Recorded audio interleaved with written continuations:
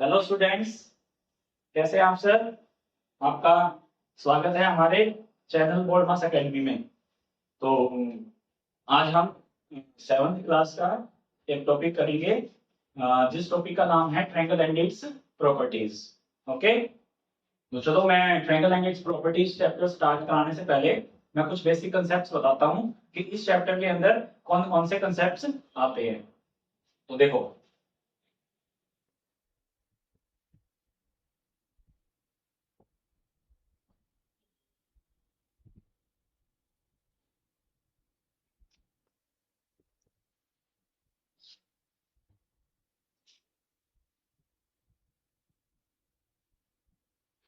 इस triangle and its properties में हमें जो कंसेप्ट करने हैं वो ट्रायंगल के ऊपर बेस्ड है। और उस ट्रायंगल के ऊपर क्या बेस्ड है, जैसे हम सबको पता है कि ये हमारा एक ट्रायंगल है। ट्रायंगल का मतलब क्या होता है? ट्रायंगल का मतलब होता है जिसमें तीन एंगल्स हो। और तीन एंगल्स तभी पॉसिबल होंगे जब हमारे पास एक ऐसी फिगर हो जिसमें तीन साइड्स हो और वो फिगर कैसी हो, क्लोज्ड हो। तो यहाँ पर हमारे तीन एंगल्स बन रहे हैं। इन एंगल्स को मैंने बोल दिया ए, बी, सी। अब ए कुछ डिग्री का होगा एंगल, बी ये भी कुछ डिग्री का होगा एंगल, और सी ये भी कुछ डिग्री का होगा। अब इस ट्रायंगल की जो प्रॉपर्टी है, अब हमें इस ट्रायंगल की प्रॉपर्टी के बारे में जानना है कि इस ट्रायंगल के अंदर क्या क्या प्रॉपर्टीज होती है। अब 6th क्लास में आपने नॉर्मल पढ़ा होगा कि जो ट्रायंगल है उसके जो सम ऑफ एंगल्स होता है, sum of all the angles of a triangle, ये हमने पढ़ा है 180 डिग्री। ठीक है, तो ये हमने जो अब तक पढ़ा है ये हमारी प्रॉपर्टी थी इस ट्रायंगल की। तो अब इसी से रिलेटेड एक प्रॉपर्टी ये हो गई। अब दूसरी प्रॉपर्टी भी पढ़ेंगे ट्रायंगल की। अब ट्रायंगल कितने टाइप्स के होते हैं वो भी हम इसमें पढ़ेंगे। ये बकायदा इसका एक सिलेबस में नहीं है कि कितने टाइप्स के हैं, क्योंकि ये हम छोटी क्लास में पढ़ चुके हैं। लेकिन मैं यहाँ इस क्लास में आपको बताऊंगा कि ट्रायंगल्स कितने टाइप्स के होते हैं और जिस जिस टाइप के ट्रायंगल होते हैं उनकी क्या क्या प्रॉपर्टीज होती हैं। सभी की नहीं बताऊंगा, कुछ है ट्रायंगल्स जिनके प्रॉपर्टीज को जानना हमारे लिए जरूरी है, क्योंकि ये 8th क्लास में क्या होगी, काम आएगी।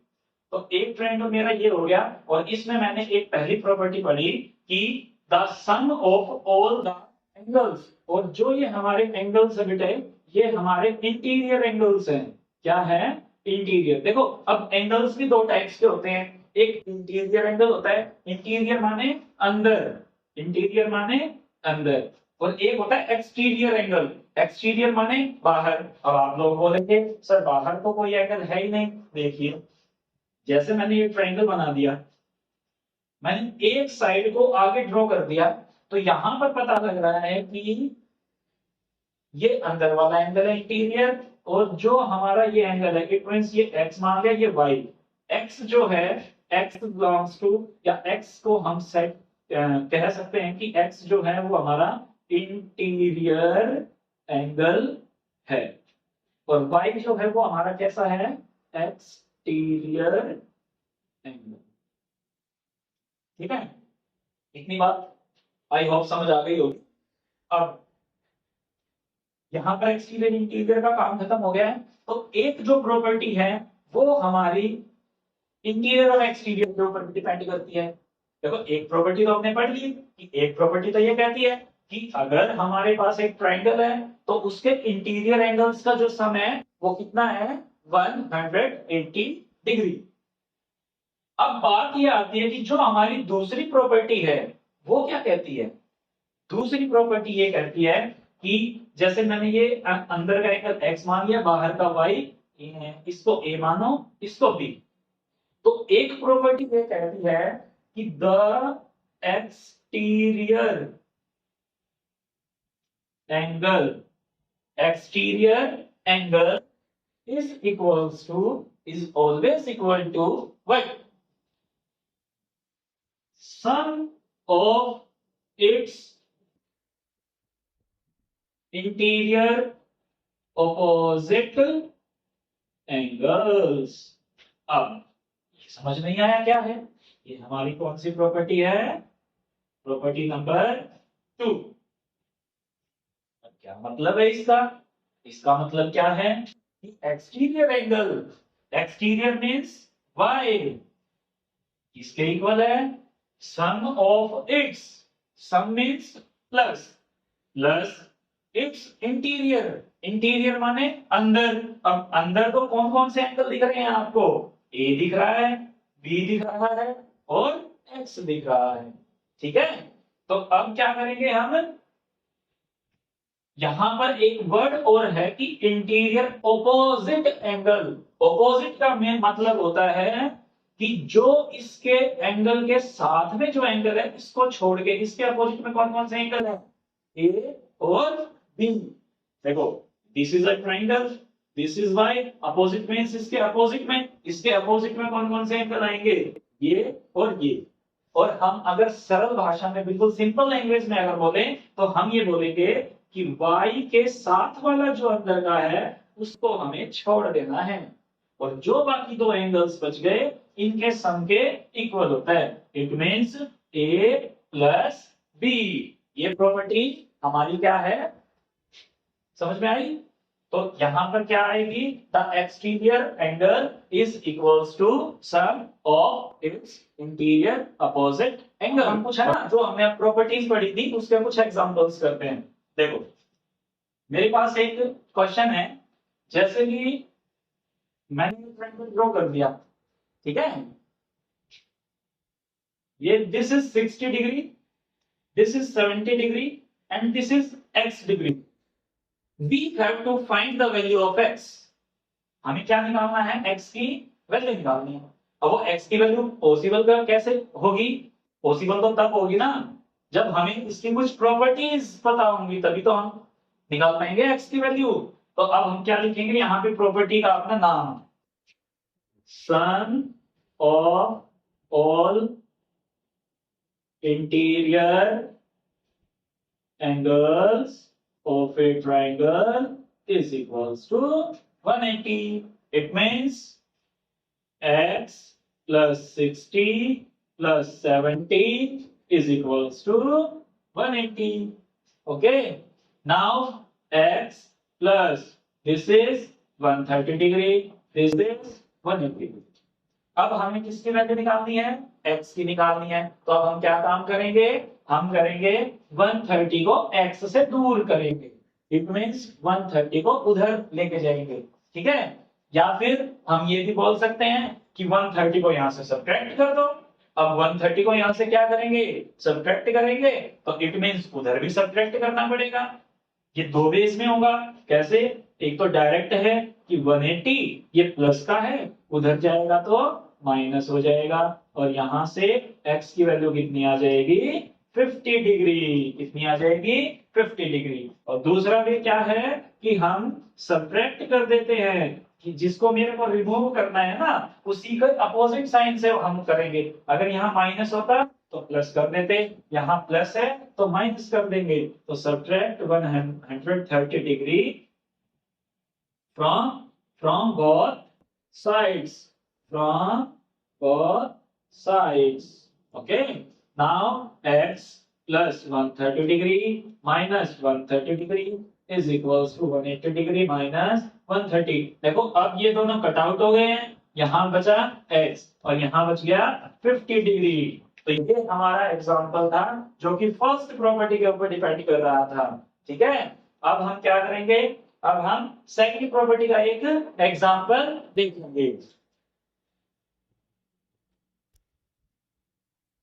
तो देखो, अब हम करेंगे प्रॉपर्टी नंबर 2। हमने प्रॉपर्टी नंबर 2 क्या बताई थी आपको? कि अगर ये कोई एक्सटीरियर एंगल है से ए, हम ए मानते हैं, ये किसके सम के इक्वल होगा? Opposite angles. इट मींस मैंने बताया था अपने साथ वाले एंगल को छोड़ के जो बच गए, मींस ये बच गया, let it be x, it be y। तो यहां पर क्या है कि ये जो एंगल है ये अपने अपोजिट एंगल्स के सम के इक्वल होगा। It means a is equals to x plus y। ये हमारी क्या थी? प्रॉपर्टी नंबर 2 थी। इसी के बेस पे एक एग्जांपल करते हैं अब।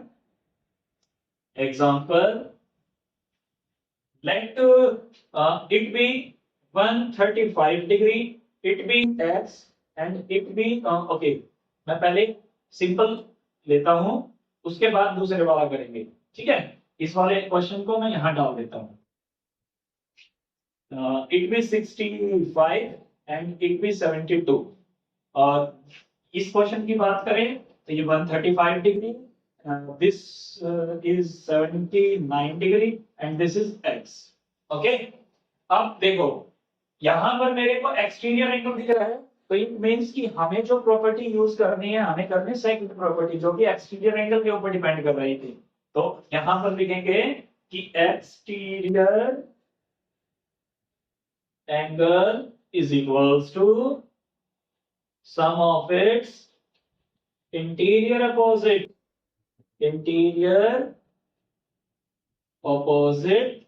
angles।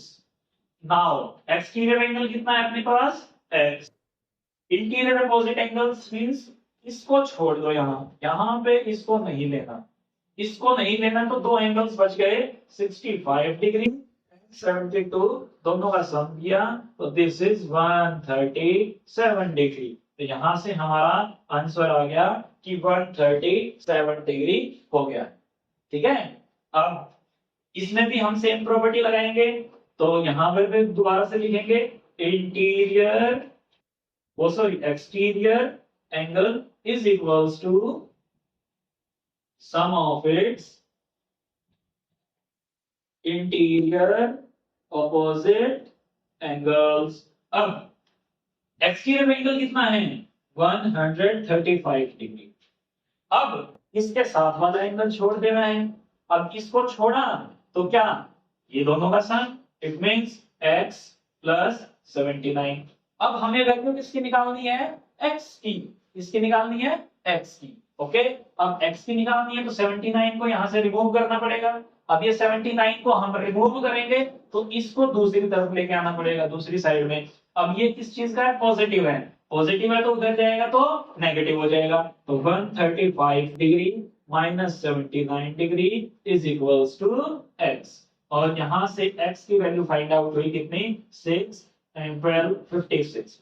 इट मींस यहां से x की वैल्यू आ गई 56। तो यहां पर दो केसेस बने, एक बार तो जो मिसिंग एंगल है वो अंदर है और एक बार जो मिसिंग एंगल है वो एक्सटीरियर में है। फॉर्मूला वही यूज हुआ, क्यों हुआ, क्योंकि मैंने देखा कि एक्सटीरियर एंगल मिसिंग है या एक्सटीरियर एंगल गिवन है, तो एक्सटीरियर एंगल के ऊपर प्रॉपर्टी हमने पढ़ी है, तो उसी का यूज करके हम करेंगे, ठीक है। अब इसके बाद एक बात और आती है, तो देखो अब मैंने तुम्हें एक फर्स्ट प्रॉपर्टी बताई थी, मैं एक चीज बात बताना उसमें लिखवाना भूल गया था कि जैसे मेरे पास ये थे और यहाँ मैंने एक्स वाई जेड लिखा था या एबीसी, चलो मैं एबीसी लेट कर लेता हूँ, मैंने क्या लिखा था एबीसी, और मैंने आपको एक प्रॉपर्टी क्या लिखवाई थी, the sum of all interior angles of a triangle is equals to 180। तो मैंने इसके नीचे ना आपको ये नहीं लिखा कि कौन कौन से एंगल्स, तो यहाँ पर जहां मैंने लिखवाया था फर्स्ट पेज पे, तो वहां पर आप इसको नोट डाउन कर लीजिएगा, a plus B plus C is equals to 180, ठीक है, ये रह गया था हमारा।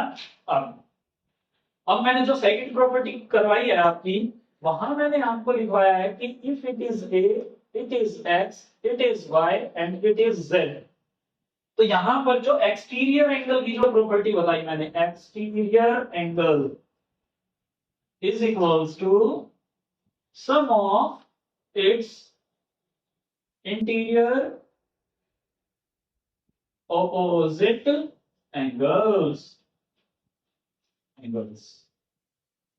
तो इसका मतलब क्या था, a is equals to x plus Y, ये मैंने आपको लिखवाया कि ये जो है जेड को नहीं लेगा, एक्स और वाई को ले।